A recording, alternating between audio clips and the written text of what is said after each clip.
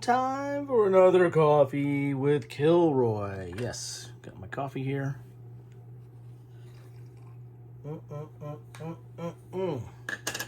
And I have a fire and movement.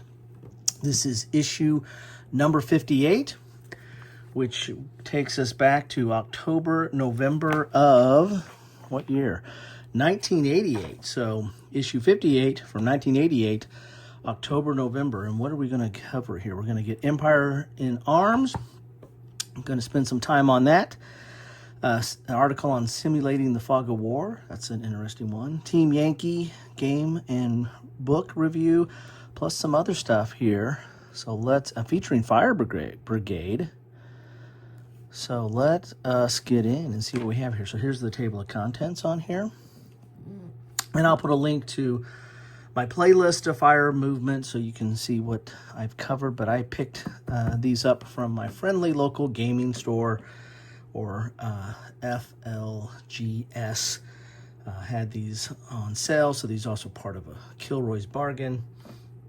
And, you know, I just like kind of walking down memory lane as we look at these. It's got a review of the Atlanticon 1988. Maybe some of you were there. Fire Brigade, which I think is a computer game. Empire in Arms, we'll talk about that. And plus it's got an operational analysis of that. Team Yankee, a couple articles on Team Yankee. That Fog of War. Oh, and Games at Gettysburg. That's something I want to spend some time with as well. So here is the editorial and normal features. And they're talking about the Worldwide Battle Plan is a play-by-mail game. It was... a lot of people liked that back in the day, I guess. Some more typical articles. And here is a forum. Designer profile John Southard. Covering Tokyo Express. And he is now, Compass Games has re-released some of his titles. And kind of done I don't know if they did like they have to do like a designer signature series or something like that. So you can get to see some of his games anew. So here's that Atlanticon 88 report of you at the trenches. If you see yourself in there, let me know. A lot of play-by-mail. Excuse me. Bless me. All right, play-by-mail gaming. Of course, you know, this is before the internet, before Al Gore invented the internet, right?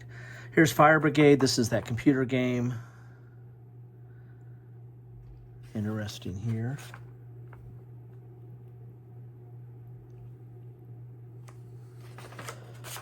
An example of play on that. So Fire Movement was kind of on the forefront of computer gaming or computer war gaming. So each of their issues had a lot of stuff dedicated to that.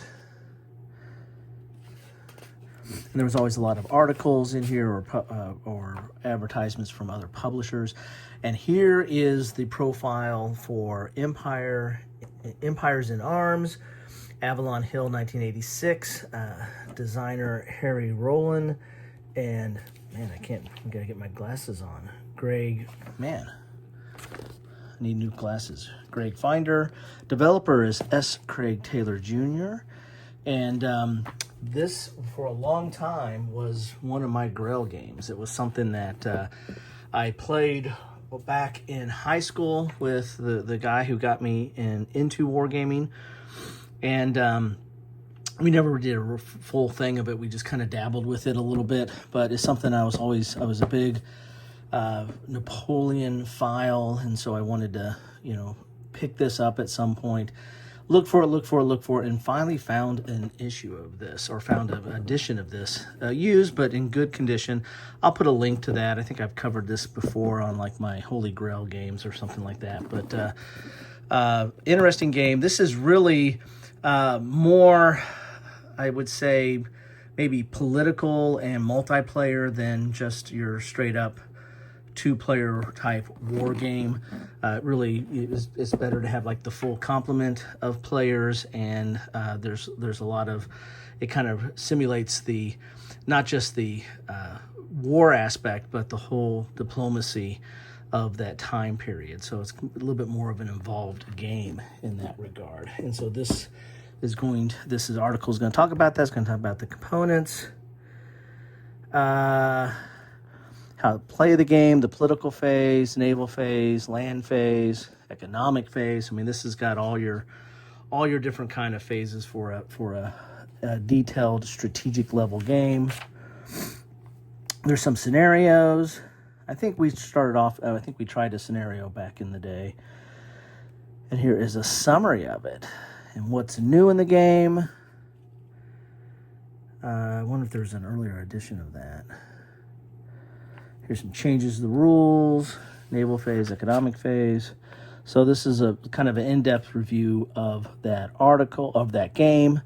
Then there's this Empire and Arms developers comments by S. Craig Taylor himself, the developer of this game, released this edition. So it's going to go into that. And then you get an operational analysis. And this is you got a little bit of some mail-in stuff if you want to for surveys or to subscriptions or stuff like that. But here is the initial Allied deployment, British response passive. So this is kind of a operational analysis. Is kind of getting into a strategy and tactics of the game. And here's initial Allied deployment with the British response aggressive. So you got a whole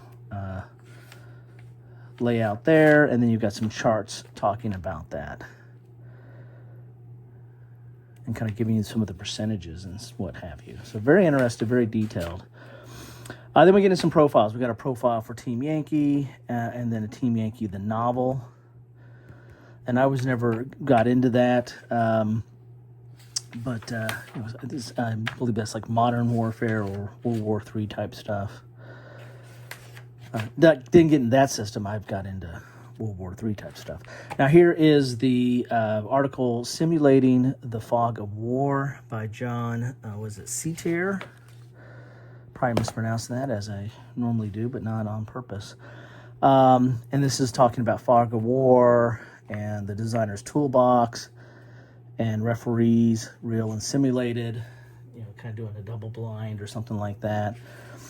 Kind of interesting there. In fact, when my wife is originally from China, and she used to say they played a game kind of like Stratego, but they played it with 3 players. They would have 2 players, one on each side, and then you would have a referee so you played it kind of double blind. So it wasn't a situation where we'd look and say, oh yeah, you're an 8, I'm a 1, I lose. The referee would say, take 1 away and leave 1 there, and you had to deduct or deduce what the number was.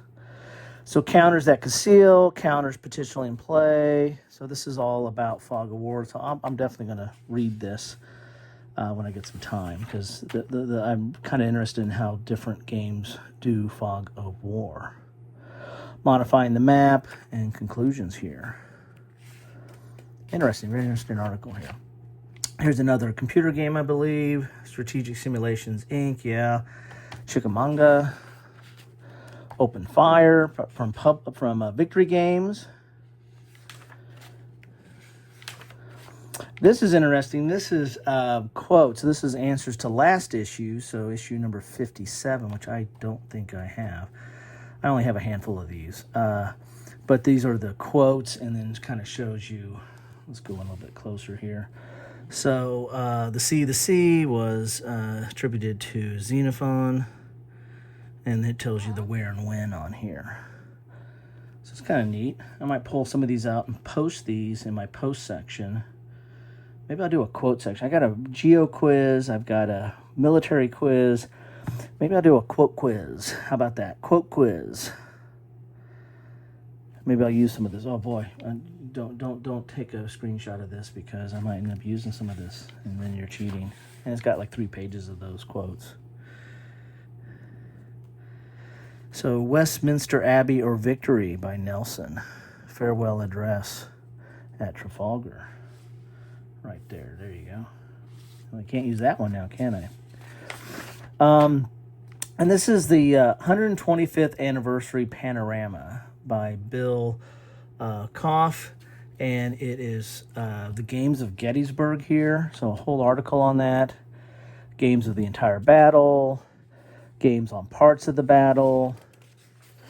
And campaign games here. Let me pull out of it so you can see it all in one shot. The future, all that kind of stuff. But here's a list of those. And I'll do a screen grab and put that at the end so you can see this and take your time reading over this. But this is, again, this is as of 1988.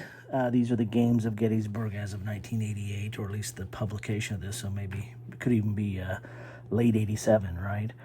And so they have a price, a rating, or raters. Is that rating? Let's pull this up and see. Kind of hard for me to see what's going on here.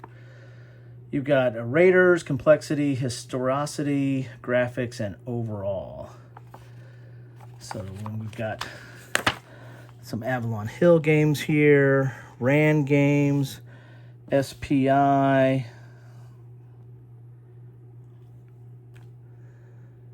A lot of Avalon Hill. Yaquinto, Pickett's Charge there. That's just a piece, a portion of the battle. SPI, TSR, Task Force games, 3C, 3C, 3W, OSG. So interesting. So you got a lot there. Again, I'll take a shot of that, and you can read that at the back. And then we have Fire and Movement, their independent game rating system. So this is something that they do. Oh, but before we get to that, let's go to here.